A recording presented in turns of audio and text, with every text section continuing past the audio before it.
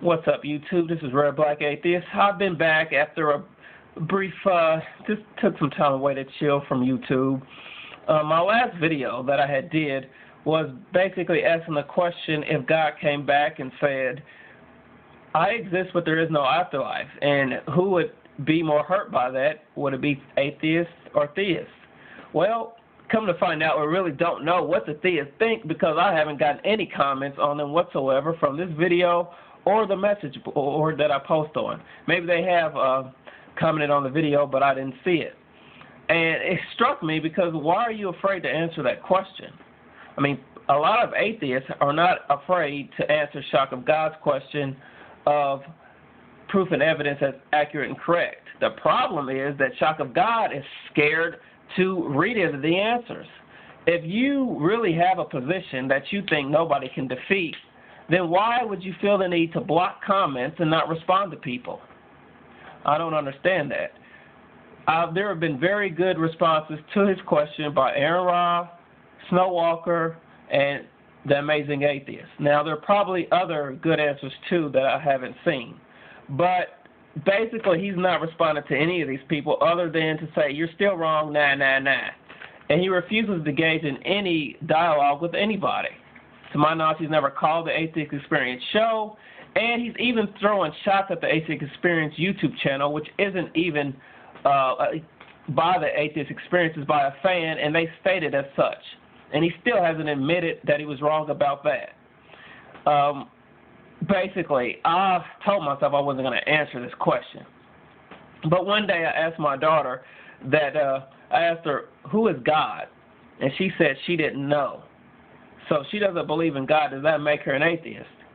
If that makes her an atheist, that she doesn't believe in God because she doesn't know, how could she know about God?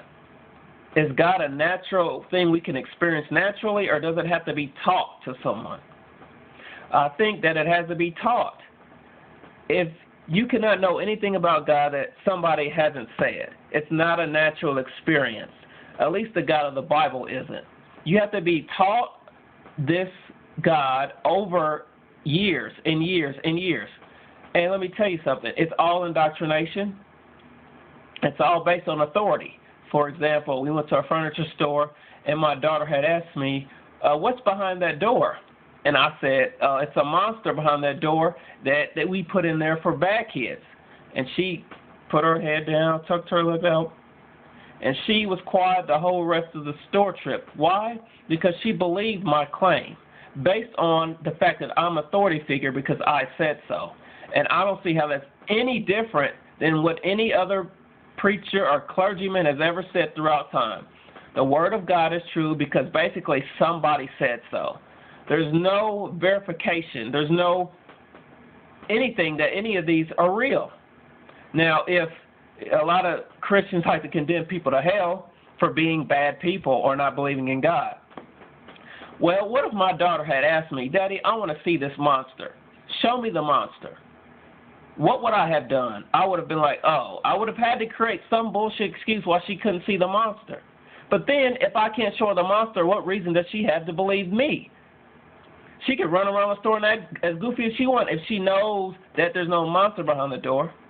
So why do I have to believe your bullshit fables if you can't show me that there's any afterlife or any hell whatsoever? Why should I just believe your bullshit claims?